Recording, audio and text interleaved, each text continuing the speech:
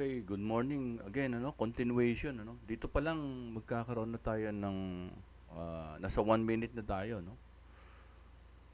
So dito pa lang magkaka-idea ka na, no? The gap up, isasara yan. So nagkaroon nito ngayon ng ayan, descending triangle. Then pwede ka na mag-abang dito. Sukatin nyo yan.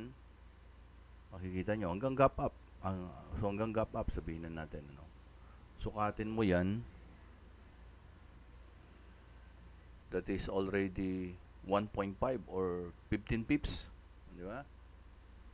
So, sabihin mo na yung 10 pips na lang, multiply by 0.1, di ba? That is $1. So, pasok ka dyan ng 5 beses na manual.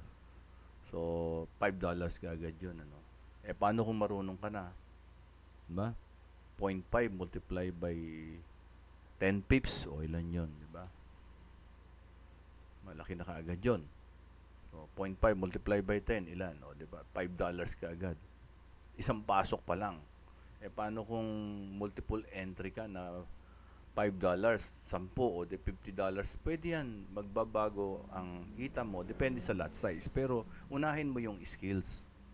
Unahin mo yung skills. And then, pagkatapos niyan, ano yung pinakita niya? O,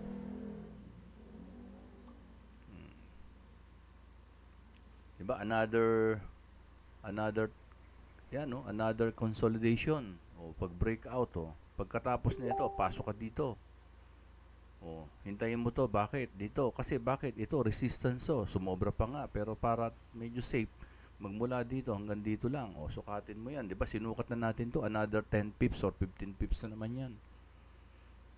So yun nga lang, 1 minute medyo bantayin siya.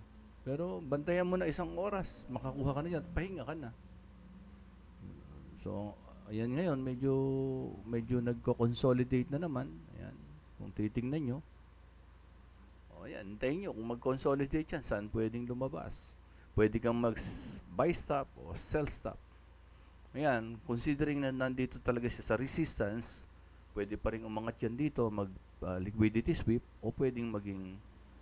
Pero dito sa lower time frame, using 1 minute, tingnan mo yung mga small consolidation na yan. And then, lower mo lang yung mga expectation mo regarding TP.